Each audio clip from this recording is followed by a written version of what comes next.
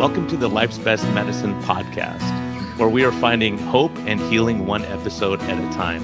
No appointment needed, no rubber gloves, and no coping. Just a healthy dose of life lessons to help equip you for this wild journey we call life.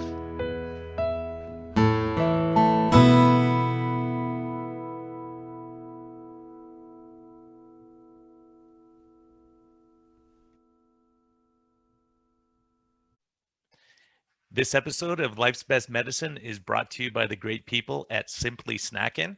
10 flavors of beef and chicken, humanely raised, grass-fed beef, free-range chicken. And I'm excited about the 10 flavors because I'm heading off to the jungles of Guatemala on a medical trip, and I can have a new flavor every day and not get bored. I'm going to pack them in my suitcase because they're light and easy, and I could bust them out whenever I need to. So if I get stuck somewhere and everyone's eating terrible food, I could have some healthy, great snacks and still stick to my low-carb lifestyle. So thank you, Simply Snackin', for again sponsoring this episode and for bringing these important stories to the people. Thank you very much.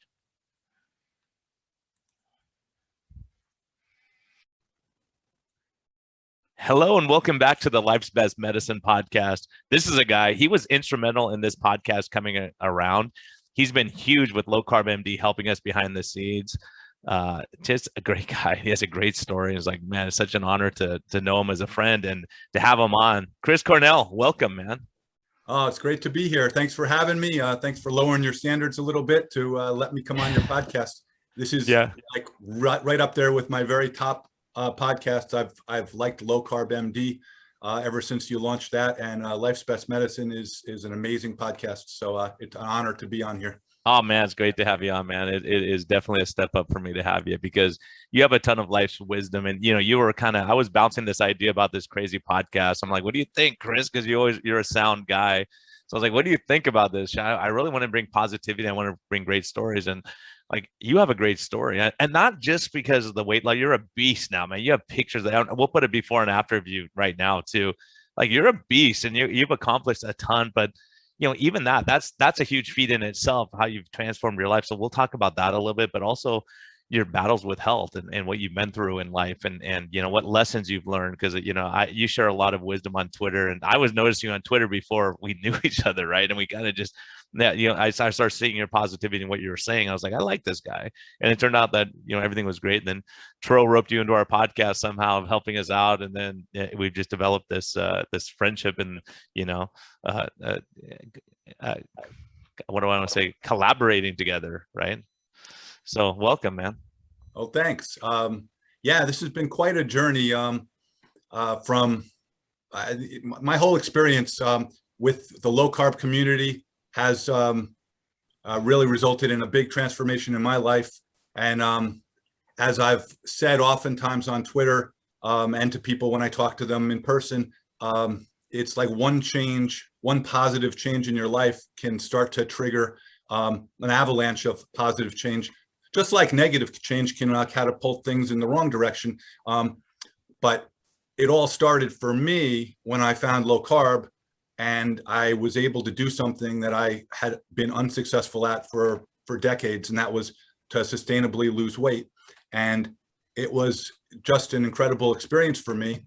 And probably if I hadn't done it when I had, it would have left me in a really bad spot because not too long after I had lost the weight, it was discovered that I had cancer, and it was a devastating experience, which was compounded by the fact that initially they thought that it had spread to my chest, and they told me and my wife only a short time after I had been diagnosed that I had to go down to New York City to get tested, but that if it indeed was in my chest, like my doctor thought it was, that we're talking months. Because if it had metastasized to the chest, it would have been all over. And they, I met with an oncologist at Memorial Sloan Kettering, and she gave me the same basic gist, you should really start thinking about those things that you think about when your time is short. And then fortunately it turned out that it wasn't in my chest, and and it was something that I could recover from. So anyway, the positive that came out of it was it made me think about my mortality. It made me realize that regardless of how long we have, our time is limited. It's either days, months, or years, maybe decades, but you're here for a finite amount of time, and you've got to do something positive with it. And I promised myself that I wouldn't forget that if I recovered. And I also told myself that even if I didn't recover, that I was going to make the absolute best of every day that I had left. And so that's one thing that I try to remind myself of every single day. Yeah. So what I noticed from you is on Twitter that you had this pause while you're going through your chemo, going through all your stuff, that you were posting pictures of losing your weight and trying to get yourself stronger again. I was like, man, this is a cool guy. You're sharing your journey of what you went through with Twitter, right? The people you don't know, and helping other people that might be going through the same thing you're going through. And that was one thing that I said, really, I really like this guy. And then I didn't know what you did for a living, and at that point. But I was like, man, this guy's like, he's sharing it. It's hard to go through something like that. Most of us want to go into hiding and just be, out of the limelight. Yeah, well, I was very happy when I was able to start connecting with people in the low carb community. It really goes with something that I've believed for a long time, more recently in the last like 5 or 10 years, and that's looking for ways to align my life with people who are thinking or motivated by the same things. So when I figured out how to connect with people in the low carb community, I was able to really have more passion for what I was doing. I've been working in direct marketing and online marketing, public relations for the last like 11 or 12 years. But I've worked with a lot of clients who just don't have the same vision as me. And I learned even before low carb that when I was able to find clients who I had something in common with and who I could understand what motivated them, that's what really makes me do my best work.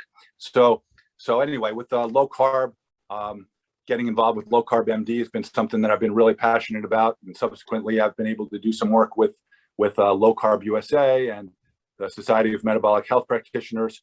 And also with some other clients, like Simply Snacking, for example. The mission aligns, and when people see things the same way, you end up with better results.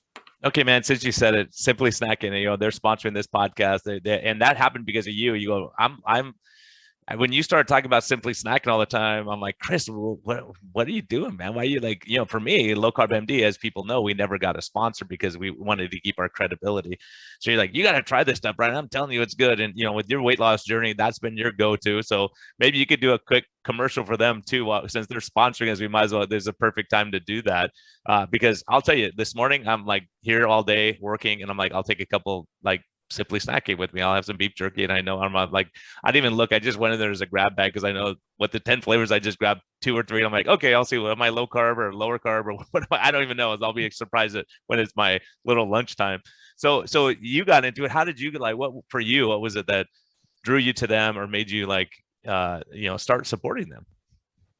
Well, it was about a year ago actually that the owner of the company, Sue Kramlich, reached out to me via direct message on Twitter, because my content apparently had caught her attention, and she wanted to know if I'd be willing to try the product. I said, sure. I didn't know, I'd never heard of it before.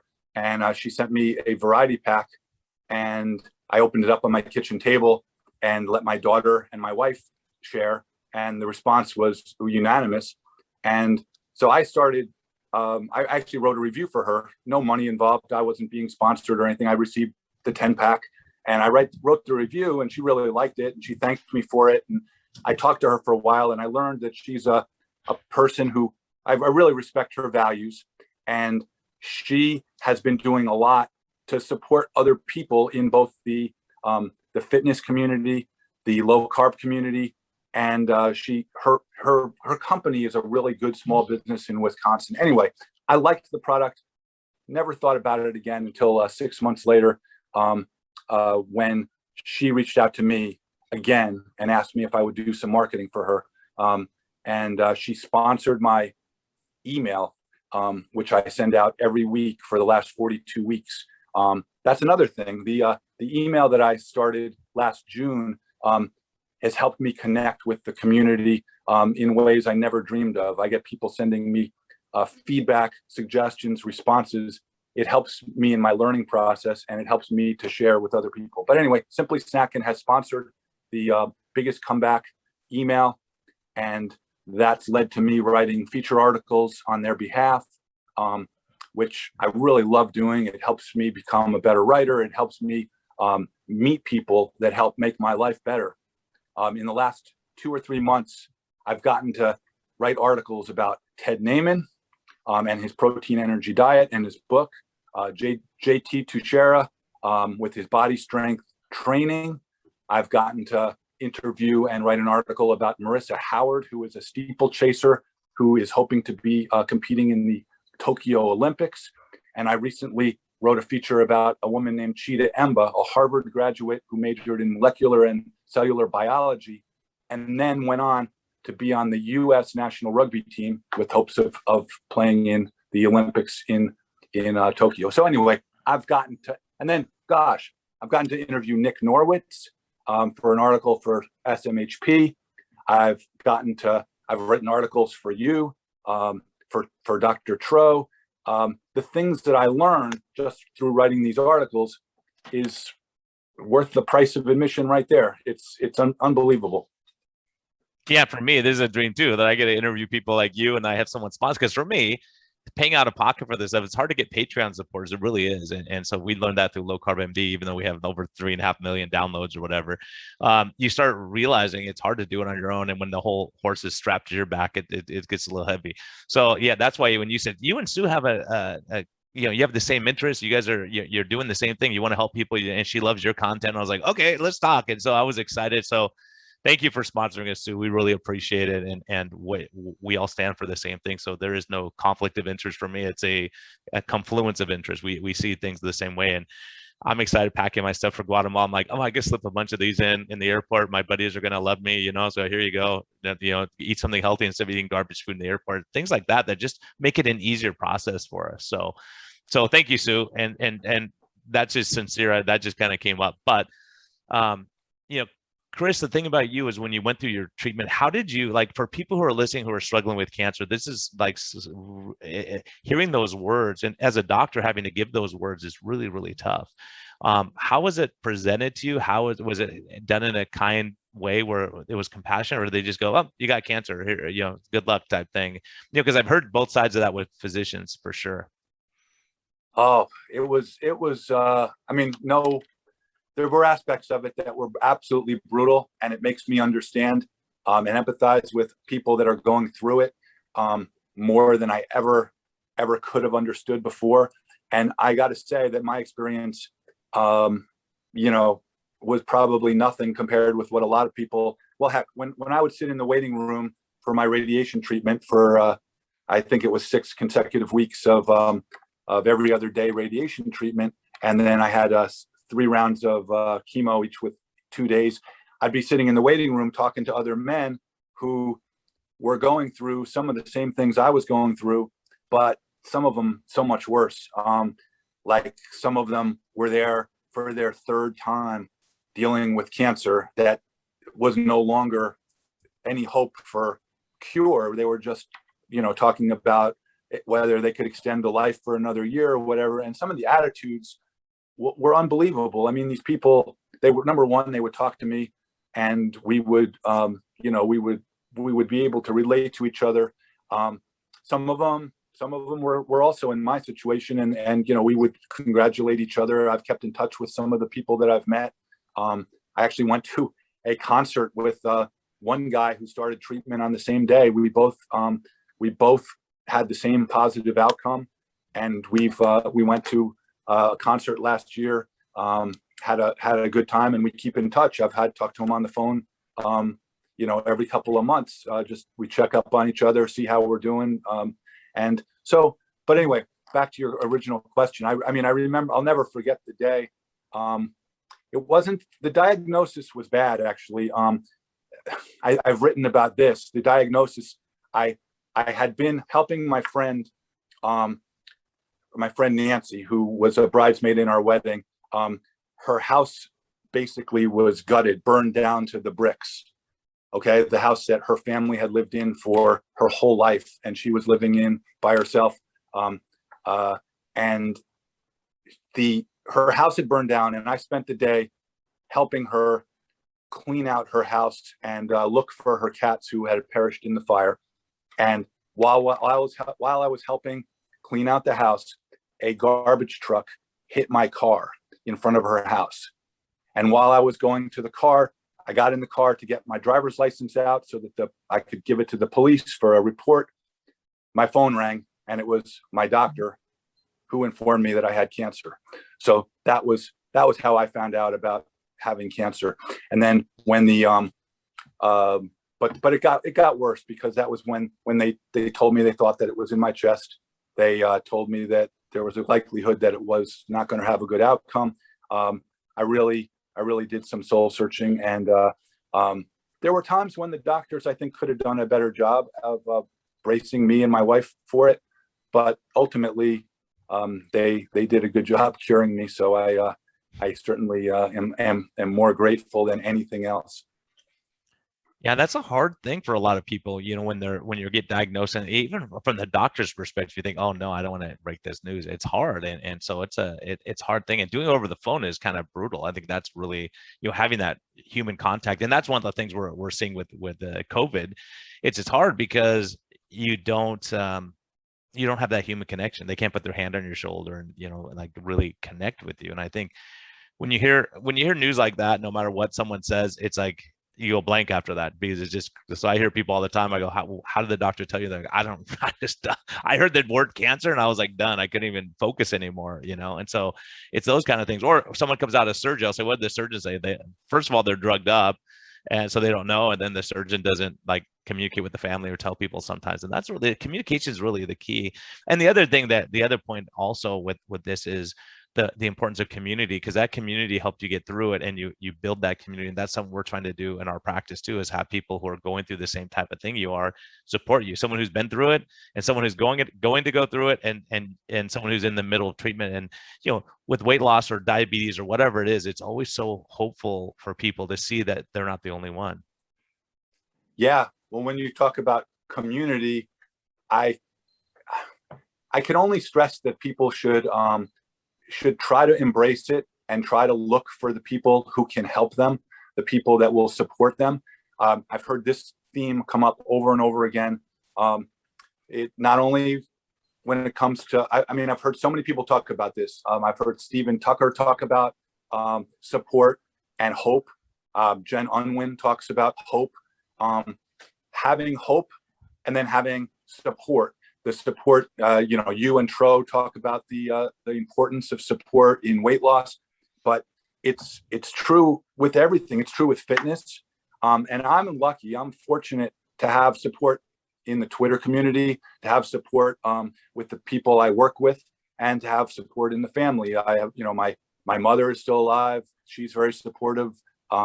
She calls, checks up, offers to, she would come and visit me when I was getting chemotherapy. My wife has been just incredibly supportive. I didn't have to Google a thing. She Googled every possible outcome and everything. And I just tell her, I know she's going to do that anyway. Tell me what you think is important, and I'm all ears. And then to this day, my wife, she supports my nutritional aspects incredibly well, even though her diet is a little different than mine. But she also is very supportive in the fitness. She helped me get back after my chemotherapy and my radiation. I'm as strong as I've ever been right now at age 56. But when I got done with chemo and radiation, I had lost a lot of strength. I was like weak. I couldn't do, half the amount of stuff that I could do beforehand. And the first time I tried running after the chemo and radiation, I couldn't run a mile without stopping. And it was a little depressing, and it got me down. And she just encouraged me, and she, said, well, just walk. She said she wouldn't, she'll do whatever I wanted, but she just encouraged me to get out there. And I finally made a vow that I would never turn down an opportunity to go running or walking with my wife again. And, barring some real unforeseen circumstance, I've kept up with that promise, and it's helped me in my recovery, and it's helped me in my fitness journey. Yeah, I think having the support of a loving wife and someone who's in your corner, doing the research, that's tough. And then, when you first heard the news, like when you talked about your mortality, you go, like, you probably never thought about life and death and all that stuff. You're just kind of going through life, and then all of a sudden, boom. Because I see it in myself too. When something happens drastic, you're like, all this other stuff doesn't, all these little worries don't mean anything. But when you go through some major life, then like, hey, you're dying, then you say, well, what matters? And that's why this podcast came about, because of that. I was thinking, so many people just go through life, they never think about it, or they don't want to think about it, or it's so difficult, or it's even morbid to think about, like, what happens if I do get diagnosed with cancer? Where's my strength? Where do I find my purpose in life? And it's that little dash between the dates you're born and you die. It's like, we have to make the best of that. Yeah, well, I agree with that completely. I mean, I've written about savoring the taste of coffee, as superficial as that might be, or enjoying the beauty of a sunrise or sunset. Those are things that we can take for granted. And I wrote about when I lost my sense of taste completely, for it was 3 or 4 weeks, and it's still, my taste is still not as good as it ever used to be. But when I couldn't taste coffee or any other food, it makes you appreciate the things that you have, the little things. And so all those things together, just, now I'm sure I still take certain things for granted, but far less than I ever did before. And I constantly remind myself of the fact that I think about it all the time. You don't know if you're going to be around to see tomorrow's sunrise. You don't know if you're going to be around to see next springtime. So every time around, enjoy it and make the best of it. And then also, if you can help other people while you're doing that, help other people to sort of gain that same appreciation, you're making a difference in this world. Yeah, and I know you're a positive force, and I've seen that over and over, right? How do you want people to, what do you want your legacy to be? How do you want people to remember you? Go, look, let me tell you something about Chris. Here's something he did, or here's what he stood for. Well, I mean, I hope that people think that I was a good person, and that I had, other people's best interests in mind. But just having made a positive difference, in people's lives, having sort of gone that extra step or that extra mile to help somebody out, is what I would want. You're going to be gone at some point, and to have what you've done still benefit people after you're gone is really, I think, that's what my goal is. And I think that's what probably a good goal for a lot of people. Yeah, I think that's huge. A lot of times we don't think in those terms. We don't realize the impact, positive or negative. Even me in the job I'm in now, I'm more chill. I'm more easygoing. Things don't bother me as much before. And I'll tell you, it's sad. But as a doc, like, someone would tell me about their grandkids, and I'm thinking, I have like 30 people to see today. I don't have time to hear about your grandkids right now. I love you, but so I think it's that, even with staff, with other people around, or even my wife would, text me. I'm like, oh gosh, I don't have time to talk to her right now. I want to, but I can't. So it's those kind of things. I think we lose our perspective. So people who see me now, they're like, Brian, you're so much more chill. You don't get like as worked up, because when you're constantly in a hurry and you're late for an appointment, you got to be somewhere, and your brain can never rest. And I think that's one thing I see that in life, that unsettled feeling people have, or that thing that they're on a treadmill going too fast. That's how I felt. I could keep the pace for a while, but I knew I couldn't do it forever, and it wasn't healthy for me or my family. And I think when you get a diagnosis like that, you go, okay, does it matter if I make $3,000 this year? In the scheme of things, I think you start changing your perspective. Yeah. With respect to like my goals and what things that I want to accomplish and how I'm going to go about doing that, I start to see, I take notes constantly. I take notes when I listen to podcasts. I get a lot of really good stuff from your podcast. In fact, I don't know when this podcast will air, but yesterday I listened to your podcast with Dan Go, and he had some great comments about the type of clients that he wants to work with. And I started realizing that it doesn't just apply to someone in the fitness industry. It's something that you yourself dealt with. Like, do you want to deal with clients who are not receptive to what you're saying? Or do you want to deal with clients who are open to advice that can actually change their life? Do you want to work with people that you can make a difference with? And so I'm even seeing that with the people who I choose to work with. I realize that my own personal impact is got some limitations. I'm not a doctor. I'm not a fitness trainer. I'm not a weight loss coach. Some of the ways where I can make the biggest impact is helping people who have a bigger reach than I have.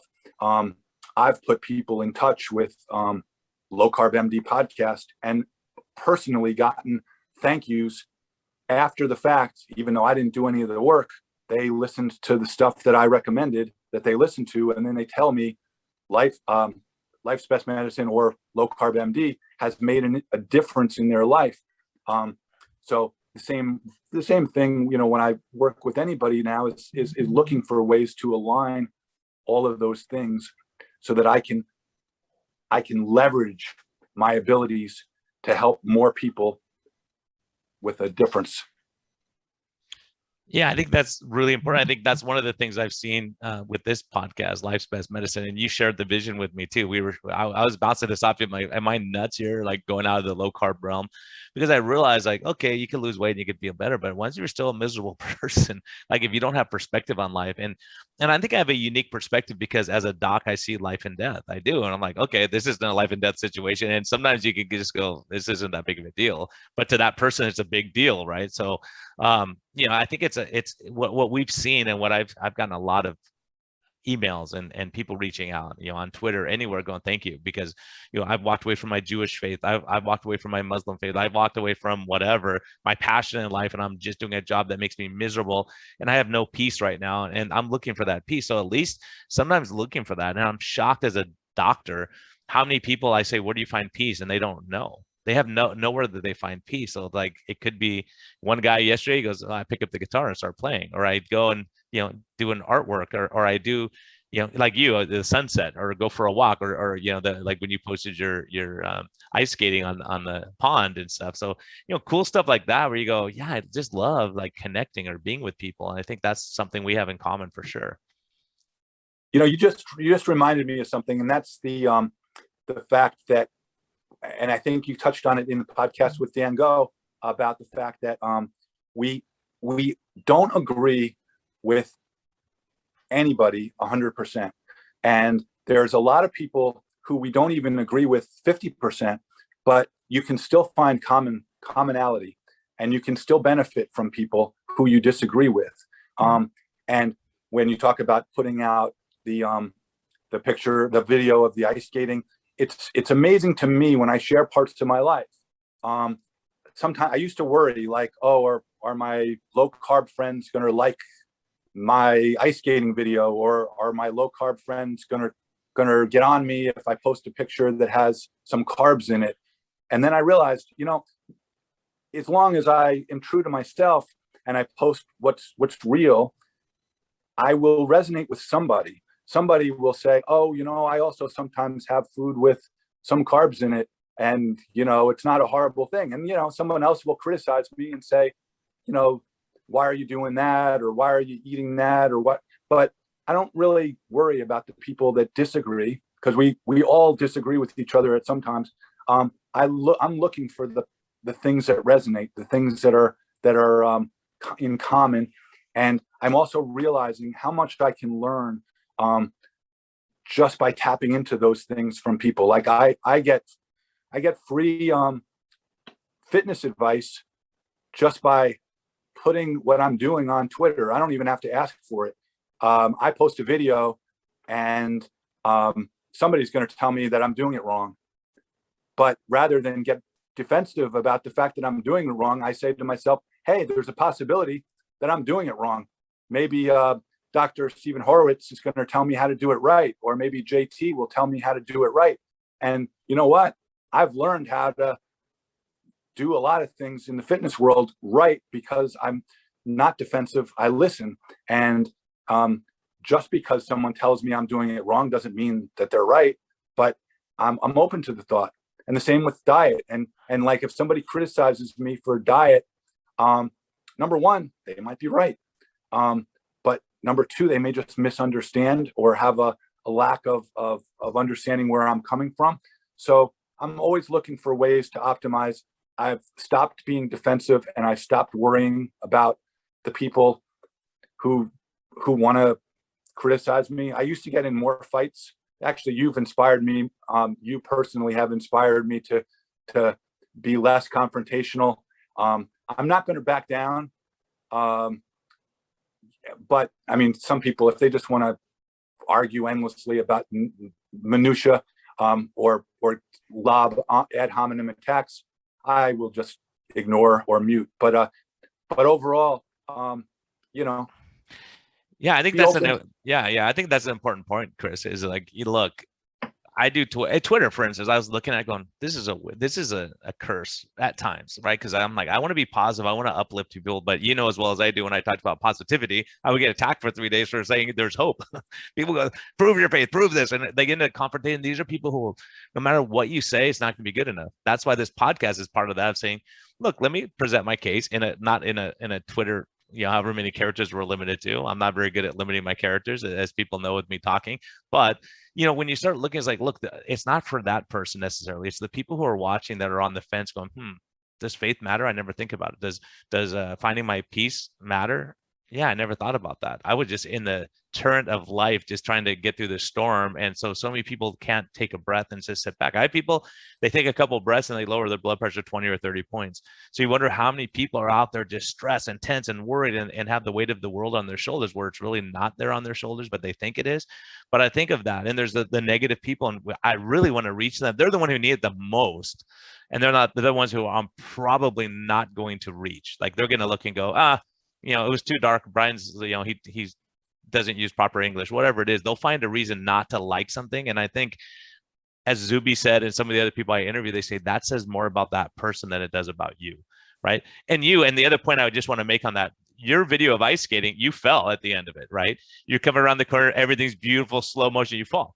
So we have to be able to laugh at ourselves and say, hey, look, I blow it too, and I'm not perfect, and I'm not a perfect ice skater. You could have just said, no, just put the stuff where I'm like scoring the goal and do whatever, right? So I think that's another thing that's come up on this podcast is so many people see everyone else's pictures and short videos and think their whole life is together and perfect, and they never have a problem. They always have their makeup perfect, and they're working out, and they don't realize that they go through life stuff too. They get stuck in traffic, and things don't work out, and they get into fights with their partner or whatever it is.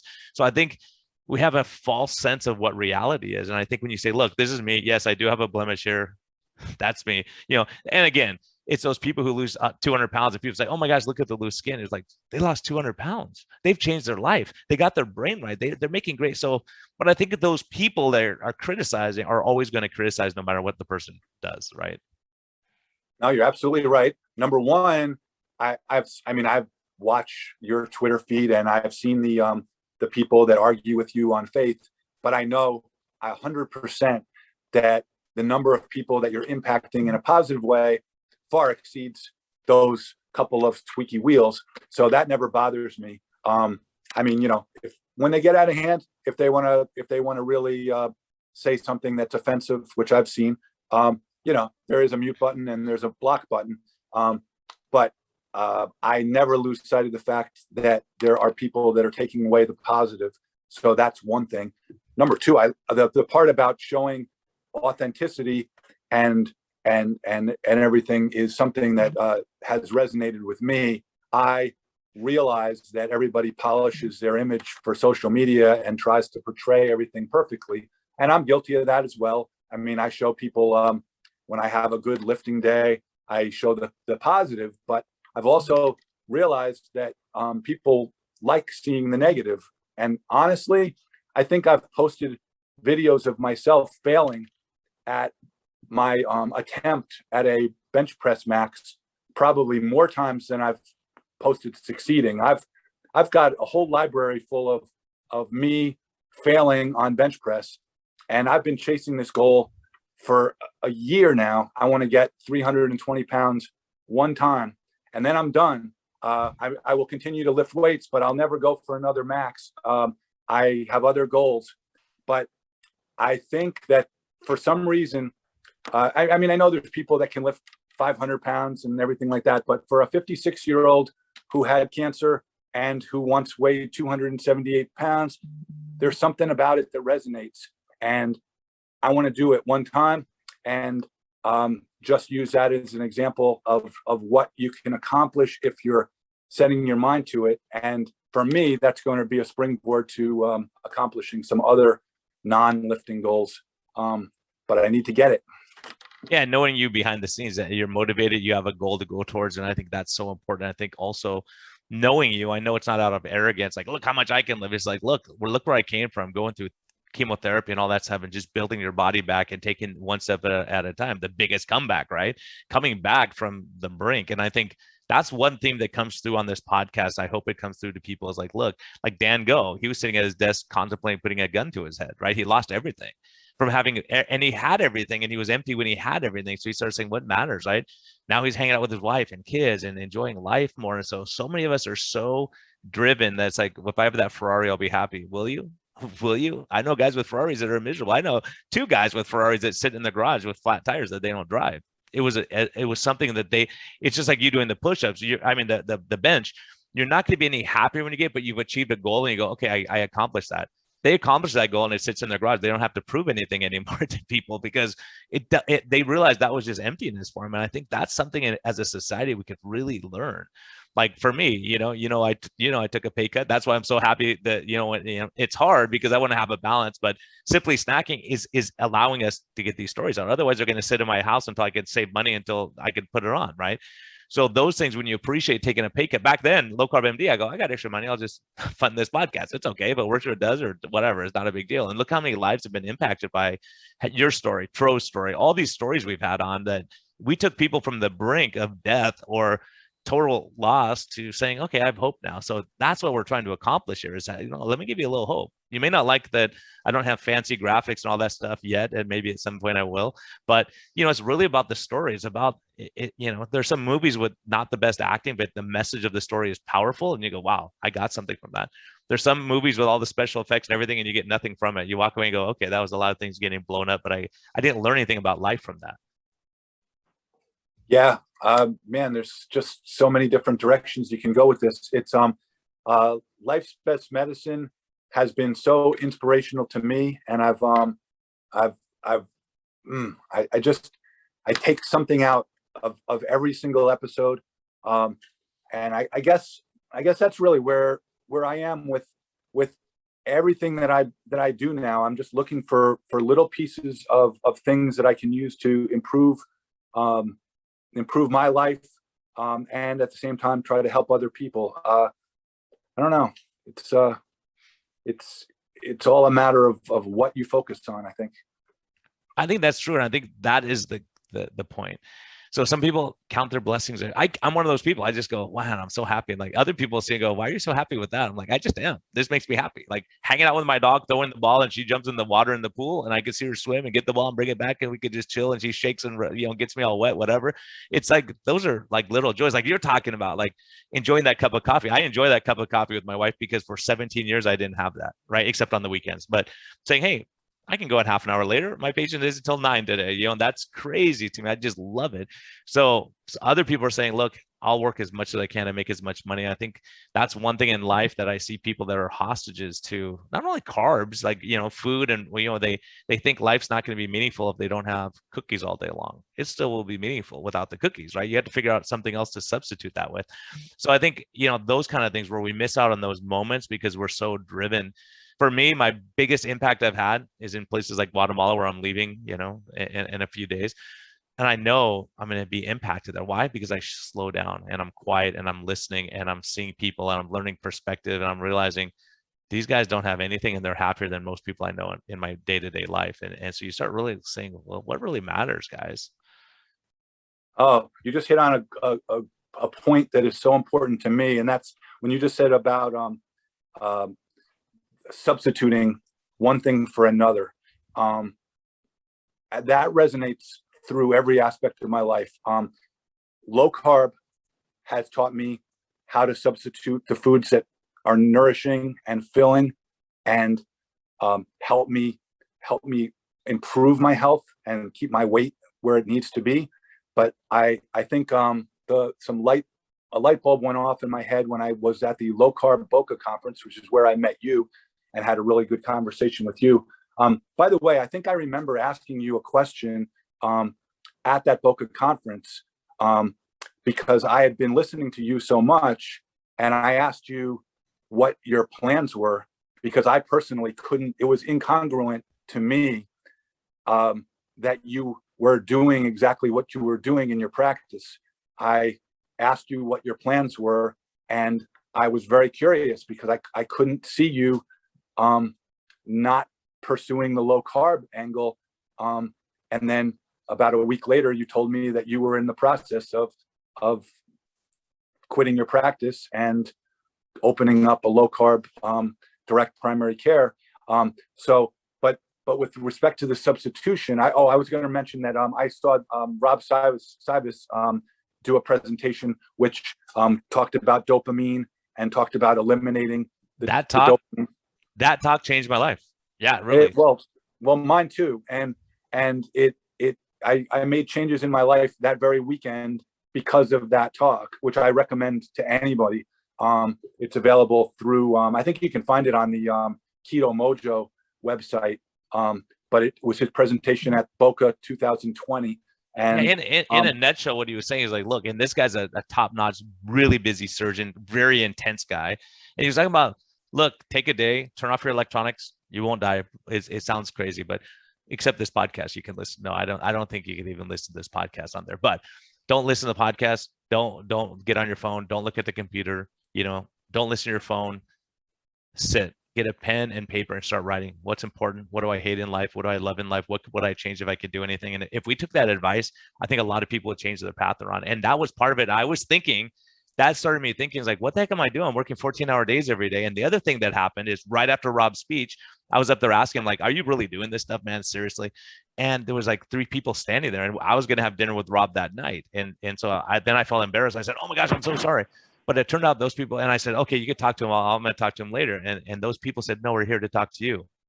And so they realized these are people from Mexico City that I had never met before, but the podcast reached them. And I thought, wow, I can reach more people across the country. So I was standing there after his talk, and I was trying to connect with him, and we were talking. I'm like, come on, man, you don't seriously do this stuff. You'll go crazy. But it was life-changing for him, because he realized if I can sit there for 24 hours and do nothing, I could sit here for 2 minutes and wait for my wife when she's running late. Or if someone hands me the wrong instrument in surgery, I don't throw things on the floor and throw a tantrum. I guess so. He changed that day, realizing. So he did it for 3 days, and I was thinking, if I took 3 days off, I would be dead for a month trying to catch up, because I was so busy all the time. So that sort of made me thinking, it's like, man, am I killing myself? I'm talking about health, and I'm killing myself in a job. And if I were my own patients, what would I tell myself? I'd say, get out of that job. It's killing you. It's not worth the money, dude. And I was like, man, and it was never a money motivation for me. And that's something I had to come to terms with. It was like, I wanted to provide that care for that patient. So if it's 4 o'clock in the afternoon, someone's sick, I got to see them. I can't say, okay, come back next week, because I ethically can't do that. So I started realizing it was a problem where I had the weight of the world on my shoulders, and it was never going to fix. So, as a matter of fact, when I came back, I said, my thing was with my partners. I said, look, I want a full-time nurse practitioner, because I can't be working 14-hour days every day. And the feedback was basically, hey, you're the number one income earner here. You should be happy. It's not about the money. So I took a pay cut, and I'm 1,000 times happier, right? Because I have freedom, and I'm helping people, and I'm not rushed thinking I don't have time to talk to Chris right now because I got 3 people waiting and I got to go. So I think that is, this treadmill going too fast. I think that's something that really resonated. And then I realized on the way back, the whole airport's packed and everyone's in a hurry. They don't have time to talk to him. Like, this is what's happened to medicine. We've lost our minds, and we don't put our own oxygen on and take care of ourselves. Sure, we're doing a low carb diet, but if I'm working 14-hour days and trying to fit in my wife when I can, and trying to juggle too much, you realize it's just too much. Yeah. And I want to just touch on one thing you said about what kind of got me going with the part about Boca and Rob Sybis was you mentioned substitution. of one thing for another.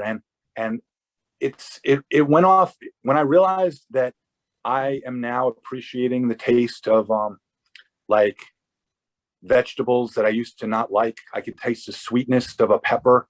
And you start to realize that there is good value in certain things that you've overlooked because you've been choosing something superficial and non-substantial.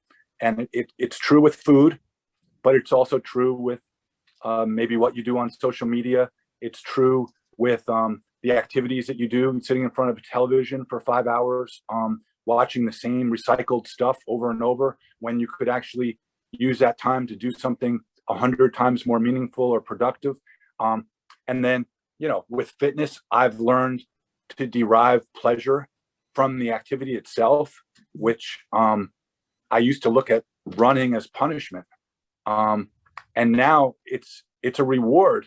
And I can't tell you how many different aspects of my life I've been able to use that same principle. And you fill your life with things that are substantial and meaningful, and it displaces the things that are superficial and meaningless. And the more things you do with that, you only have so much space. So it just keeps coming back to me like, well, why do I prioritize protein? Why do I eat sardines, which I don't even like? Because it makes me not want to eat the stuff that's bad for me. And over time, I've actually learned to appreciate sardines. But anyway, that's just something that I think a lot of people could benefit from.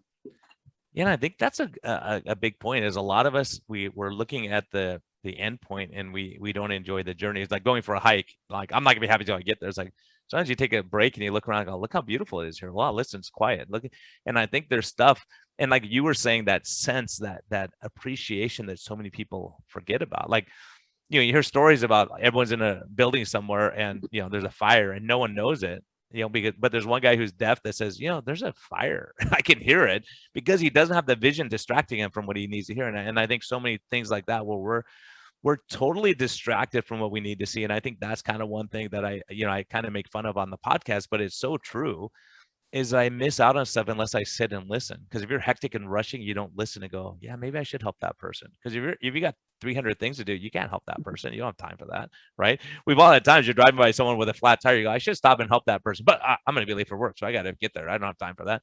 But someone will stop and someone will say, hey, how can I help you, right? And be kind to that person. And plus, we're afraid that they're going to rob us or something. Our minds are so fearful now, and especially I think COVID has brought a lot of that out too, where we're kind of we're losing that human connection, and people don't appreciate enough how important that human connection. Just like with you, getting told you have cancer over the phone is a lot different than sitting in the office and someone put their hand on your knee and says, hey, look, we're going to fight this together. We're in this together. I'm gonna find the best people in the world, and we're going to make this happen, right? And so same thing with low carb. It's the same argument the same doctors make, is that, well, it's unsustainable. Well, if you tell me something's unsustainable and it doesn't work, I'm not going to do it, and I'm going to think it's unsustainable. And in medicine, there's a lot of, in medicine and in life, it's the power of your mind. When people say I'm tired all the time, and I say, well, what if you're going to Hawaii with an all expense paid trip today? Would you be tired, or would you be up at 3 a.m? But if you have to work in a job you hate, then it's harder to get out of bed, right? Like for me, when I have a podcast with you, I'm excited about it. I can't wait to get here and do this, right? This is cool, right? This is fun for me because I'm getting something from you, and I'm learning a life perspective, because I've never been diagnosed with terminal cancer, possible terminal cancer. But when you are, it's like, wow, you can't really identify. When people go, I know what you're going through. No, you don't, if you haven't experienced it, because you can think what it would be like, and just one other thing there's a simple example, but I was saying that Twitter can be a blessing or a curse. I was thinking of it as a curse. And then my dog died, my 12-year-old dog that I loved, that was my buddy on hikes, and we did tons of stuff. And so the outpouring of kindness from people was so nice that it was all positive. Everyone said, hey, I'm sorry, I just lost my dog Fluffy last year, and I went through it, and I was depressed. And, and I read those to my family, and I was emotional about it, because I'm like, look how kind people are. Like, it gives you hope again. Instead of all the negativity. I'm glad your dog died. I didn't see any of that, but you see that, and I go, gosh, and people get really affected by the negativity, and it really, really tampers or dampens your excitement in life sometimes. Yeah, I do urge people. I talk about this with my wife a lot. She watches the Twitter feed. She's follows and is followed by some of the people in the low carb community. and she sees a lot of the infighting and bickering, and she sometimes, then there's been people that have even, said some really nasty things to me. It really bothers her. I say, you know what? Don't worry about it. It's not a big deal. Number one, doesn't bother me. But you got to just focus on the positive. You gotta just ignore the people that are. Oh, you just touched on the word perspective a minute ago. Everybody comes from things with different perspectives. That's one of the most important things in my mind. Usually when somebody has something negative to say to you, they've got something that's going on in their life, something that's bothering them. And it's not really going to help if I gang up on them and tell them off and make them miserable just to make myself feel better. Like, there's probably a reason why they're unhappy. And, I used to work in retail for, close to 20 years. I owned a picture framing gallery. I had an art gallery and picture framing store. I did that in my own business for 16 years. But before that, I used to work with in a retail custom framing shop with a woman. Her name was Despina. She was Greek, and we developed. I don't know how it happened, but we developed a thing where when a customer came in who was nasty and had a chip on their shoulder, rather than give it back to them, we had a little competition to see who could get the customer to smile and to leave the store happy. And it was kind of funny because we would take the most miserable, bitter person and try to see in the time they were in the store if we could get them to turn it around. And I never forgot that. And when I ran my own business, it proved useful so many times because you can give it back, the negative, but it's more of a victory if you can convert someone to being happy. So I play that game all the time, and I do it on Twitter too sometimes. And I've got many examples. I don't know if they probably aren't listening to this podcast, but there've been a few people who really came at me negative, and all of a sudden they forgot what they were disagreeing with me about, because I tried to go the high road. Yeah, and I think that's true. I think that's true, Chris. I think a lot of us forget that. Like the podcast you listened to this morning with Lane Norton, we have difference of opinions on a lot of stuff, and I don't like his approach. And there's certain things we just don't. But I'm like, look, I don't want to go to war with you, man. And sitting down, we had a great conversation. Like him and Tro, my partner on the Low Carb MD podcast, they are, and I go, look, I don't want Jerry Springer. I don't want to have a battle of testosterone here. I want us to, if we can't give our viewers something that's of value, then let's not do it. And it was extremely valuable. I learned stuff, and I learned things from him, and so it's okay. I think when you get an arrogance that you know it all, you're in trouble. Like anything, if you're a religious person, you think you've arrived, you're in trouble, right? If you think you controlled your diet and you're perfect now, you're in trouble. You think your marriage is perfect and you never have to work on it, you're in trouble. It's all those things where you think, like a good friend of mine said, look, decisions you make today, well, like in 6 weeks, you could be a total train wreck. You can have a perfect life and just melt down, right? You have an affair, you do whatever. I mean, a lot of us have done dumb stuff in our life, but I think part of it is really having grace for other people, like you're saying, in a different way, maybe, of saying, look, this person is nasty. I'm going to try to be nice to them. And one thing I've always noticed, and it is universal. My nice patients, when they're in the hospital, I'll say, how do they treat you in the hospital? Oh my gosh, they were so nice and everyone's so great to me. And then the nasty people, when they're in the hospital, go, oh, they didn't get my food, and everything's negative. It's like, wow, it's amazing. You're in the same hospital at the same time and probably had the same nurses, and they were so mean to the other person. They were so kind to the other person. Why? who's the common denominator? So I think a lot of people go through life like that, and they're already confrontational before, just based on their life experience, right? Because as a Christian, people go, oh, Christians, I hate them all. They're all bad. Just like, that's why I go nutty when they say all Muslims are bad or all of what police are bad. It's like, well, not all. I know some that are great people. How can you generalize to everyone? I don't think, none of us want to be generalized, but I think in life we start, oh, all the low carbers, they're all like this. I don't think so. Most of us don't agree on a lot of topics, and Tro and I don't agree on everything. So I think it's one of those things where you go, okay, let's go through life and find our common ground. If we can't find common ground, we can agree to disagree and move on with our lives. Absolutely.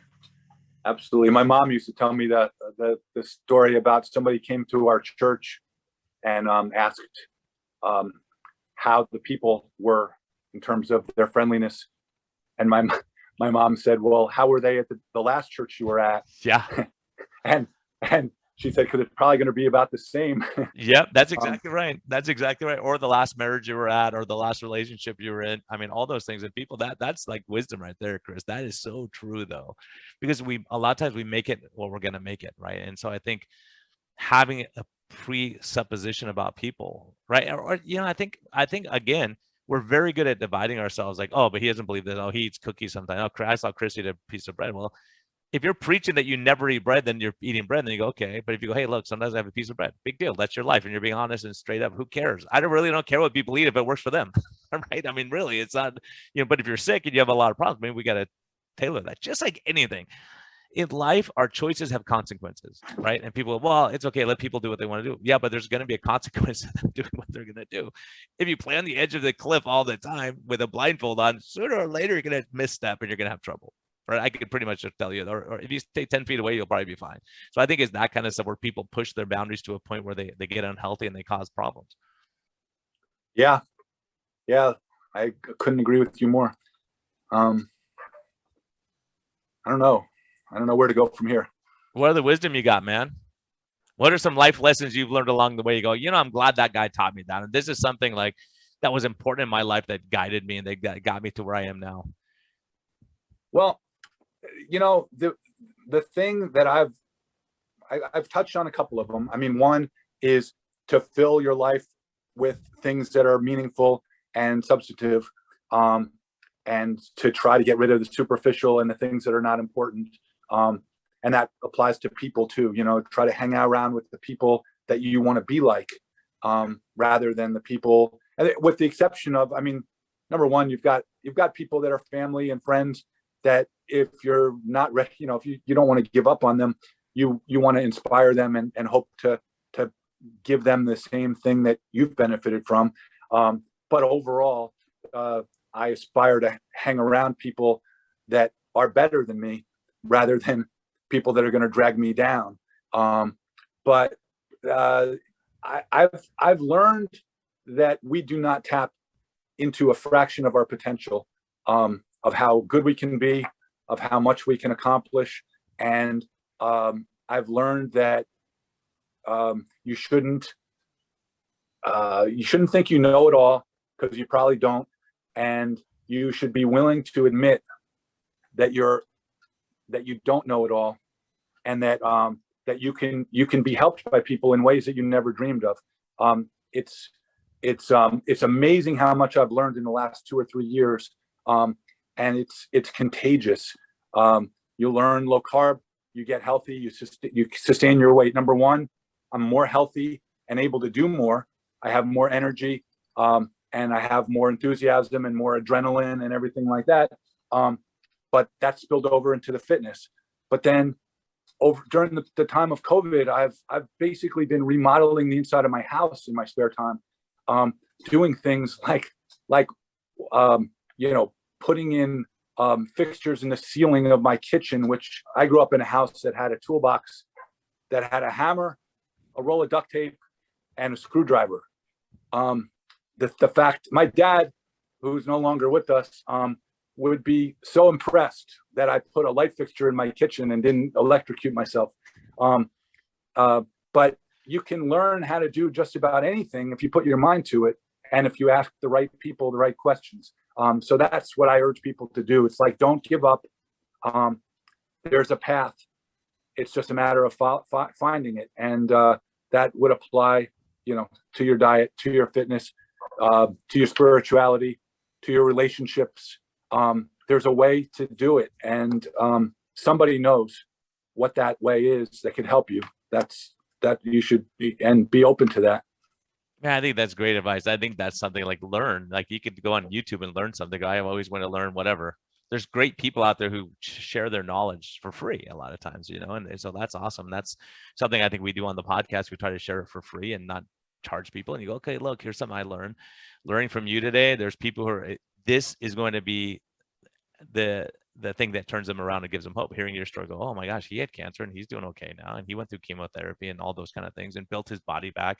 So I think that's the thing, is we want to give people hope, and we want people to know there's a path forward. if the pain is great enough, you have to change something. You can't sit there in a bad relationship that's miserable. You either have to fix the relationship or seek an exit or a job or family, really, whatever it is. I think a lot of us, we just struggle, and we just don't know. And a lot of people, what I find a lot of times is people aren't happy, but you go, why aren't you happy? And they don't know. They can't put their finger on. They just know they're missing something, but they don't know what it is. And that's why hopefully stuff you're talking about is like, what I find, and Jason Fung, a lot of people have said the same thing. Sean Baker, is that helping other people, I get joy out of that, and I do. That's how I identify. It's like, if I can help someone, and if I can steal a little bit of your wisdom, I'm cool with that. Like, I've met people all over the world with such wisdom, poor people, rich people, whatever, and they have something, and you go, wow, that is really, I've gained. When I go to Guatemala, there's people there, and I cannot wait and sit and talk to them, because their stories and what they do to help others is like, what I do is nothing compared to what they're doing in their little shack with a car that doesn't run or whatever. It's amazing what people who care and love people can do. And hopefully I'll share some of those videos when I come back, because I think it's going to be pretty amazing. But it's really amazing. And the fact that you're getting the stories out and you're helping people, that you made the connection with me and Sue, with Simply Snacking, that you go, why don't you two get together? And I love that when you're a matchmaker, go, man, you two have a shared interest. Let's see what you could do together rather than separately, and we could get these things out there to help people. I agree. And I'm looking forward to hearing about your trip to Guatemala. I've also personally benefited from working with people that are in more challenging situations than myself. I've gone on. We have something in New York called Midnight Run, which is you take a van down to New York City and you feed homeless people on the streets. But the cool thing is, you when I first got into it, I looked at it as I was like handing stuff out to these poor people, and I'd go down there and I'd start talking to them, and I'd realize some of these people, they're one unfortunate situation away from, like they were regular people, some of these people, and one thing went wrong in their life, and now they're living on the streets in New York. Could be drugs, could be alcohol, could be some other mental illness, but it could be something that really set their life off in the wrong direction. But you can have interesting conversations with these people and learn stuff, and gain a lot about, you learn about yourself, I think, when you do stuff like this.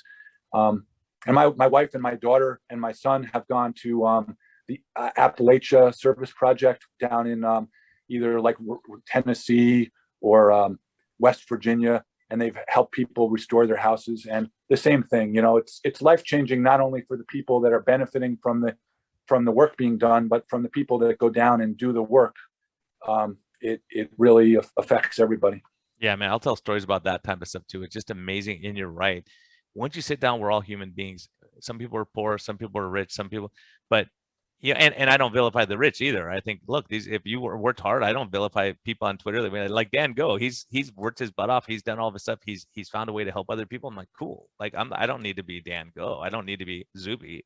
Clearly, I'm not Zuby, right? So I think there's certain things you go, okay, how do I help people? And those people who help people are the most rewarded. And that's what I see over and over. And that's maybe one of the secrets of what we're talking about here, is that the people I've had on, the common denominator, you included, is that they like to help each other. They get something good out of going out and helping, or encouraging, or just saying, oh my gosh, you lost 300 pounds. Congratulations. Good job. Like, so I'm saying, oh, I don't like the way you did it or whatever. That mindset, that's what people have to change. And I think some people listening are on both sides of that fence. But, I spent every Christmas Eve for the last 10 years probably in a park with people who are forgotten and lost, right? And the homeless. And there's been times I don't want to go. My kids are like, Dad, we're going. That's it. And I see how they interact and how they, it's just a warm pair of socks when their socks are wet, or just something that you're just being kind to that person, right? And people, well, don't give them that. They're going to go buy alcohol with it. Well, here's a hot cup of coffee, man. Oh my gosh, here's a toothbrush. Here's a little nail clipper. Because this guy had a hangnail. My daughter brought a nail clipper. I'm like, why are you bringing nail clippers? We're going to bring nail clippers. And the guy's like, oh, if you have a nail clipper, it would be awesome. Here you go. And he starts crying. Like, the one thing he needed, she had. She was crying because she had toothbrush and toothpaste or something, just that you could brush your hair, so you could feel human, all those things. A dry pair of socks can change somebody's day. I mean, it's unbelievable. Yeah. I mean, it happened to be, there was rain coming. We had you know, a bunch of trash bags. Here, put your stuff in here so it doesn't get wet. Here's some, you know, a sleeping bag or whatever. I mean, just things, just it's just the decency, you know, hot pizza. Here you go. It's like pizza. Oh my gosh, or peanut butter and jelly. Then you sit and talk to someone and realize, man, and people will say I made bad choices and I've done dumb stuff and I ended up here because I screwed over my life. I just got out of prison, whatever. So, you know, it's those things. It's so easy to judge, but I think sometimes what I find is when there's people I don't like, if I sit down and talk to them, usually I end up liking them by the end of the conversation. Not always, but most of the time I realize, oh, they're, you know, I get it. They have a different perspective and that's what their thing is in life. And that's what this podcast, as a Christian, I didn't want to just come from the Christian perspective. And some people may say, well, why are you talking about other religion? Well, because that works for that guy. It's working for him. Maybe someday he'll say, hey, Brian, I want to do what you're doing. Maybe not, but I can still love that person. Right. And so I think that's the thing is we divide ourselves and we look at people and we look down at people, whatever. And it's very interesting. As a matter of fact, in Guatemala, my buddy who I'm going down there with, he says that there's one guy, Victor, who's one of my favorite people on earth, who's helped more people. He helps all the kids who are quadriplegic, cerebral palsy, all that kind of stuff. And he said, yeah, when I go down there, I get so mad at Victor because in our country, if you're like a lower class, you don't walk next to someone. So he always walks behind me and we go, I'm like, Victor, stand next to me. He goes, oh, I don't deserve, stand next to me. Right. And this guy, I mean, he's the greatest person on earth, but he's so humble. He's like, no, I won't go. Right. And he puts everyone, but he's out there doing great stuff that most people would never do, never even think about doing. And you go, wow, he's awesome. So I'm going to get some video footage of Victor because he's one of my heroes. He's a little dude, but he's awesome. So I think all those things, Chris, are important. I think, thank you for coming on. I really appreciate it because you have a perspective that most people don't have. We will at some point when you go, okay, how do I change? What do I do better? How do I live life in a better way? Because we don't think about it until we get the cancer diagnosis or your car just went off the road and you're tumbling down the hill, whatever it is. We don't think about these things. So that's why I just want to raise awareness for people to at least say, yeah, let me contemplate this for a minute. Well, thank you so much for having me on. I always enjoy talking to you, either being recorded or not. So this has been a great, however long it's been a great conversation. I've really enjoyed it.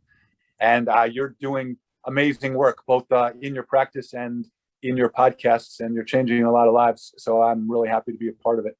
No, I'm happy for you, man. If it weren't for you, geez, you know, I mean, you were my bouncing board for this thing. I'm like, what do you think of the logo? What do you think? What about this? This is good. This isn't good. And we're still morphing what we're going to do with this podcast, but I think it's so encouraging because ultimately my goal is to say, look, let's make it a nonprofit and just say, hey, we have a guest on who's going to, you know, New Guinea to help people, whatever, you're in the jungles. And I would love to say, here's 10 grand, here's 3 grand. So if we all work together, it's $5 a person or whatever. And we go, here you go enjoy, go do your thing. Right. So that's what's awesome about people coming together. And we see that more and more. So I think that's what we need right now. I think we need people to come together and say, okay, you have a need. How can I help you? What can we do? What skill set do I have? And that was one thing when I started this business or my practice was someone said, hey, I'm good at web stuff. You're good at this. You're good at different things. I'm like, oh, Chris knows how to do that. I don't know anything. Like, you don't know how to, you know, you need someone to teach you how to put the light up and how to do different things. So it's so important that when you have a skill set, and that's one thing I'll tell you for sure, when I do my medical trips, there's always someone there with a skill set that you don't think you're ever going to use, but you end up needing that skill set while they're there. Like, oh, I'm a plumber. The thing's toilet. I know how to fix this. Let me take care of this thing for these homeless people or whatever, these people in the shack. So I think there's all those things. The electricians were so great last time, or people who just said, yeah, I'm struggling with this in my family too. And, you know, alcohol or whatever it might be, and they're used in a way you never even think they're going to be used. Right. So I think all of us putting ourselves out there, I think that's another really important thing. So Chris, do you have any other words of wisdom on the way out, man? No, I just want to say thank you for everything you've done for me, right from the start of Low Carb MD and all of this Life's Best Medicine. It's for anything that I'm contributing, I'm being helped 10 times as much. So I really appreciate it. Nah, same goes here. And everyone listening, this is gold stuff. This is really important stuff. You're from a guy that was on the brink of everything, losing his life, being out of shape, gaining a bunch of weight. Chris has accomplished a ton of stuff. So it's like crazy when you look at from a perspective of what he's doing to help other people and all that. So thank you for sticking with us. I know we went a little long, but you know, be kind to yourself, be kind to others, give people grace, give yourself some grace, find something that you enjoy. You know, if there's things that are dragging you down, look at that and say, okay, how's this affecting me and my ability to be effective as a human being? So have a great day. Thank you for listening.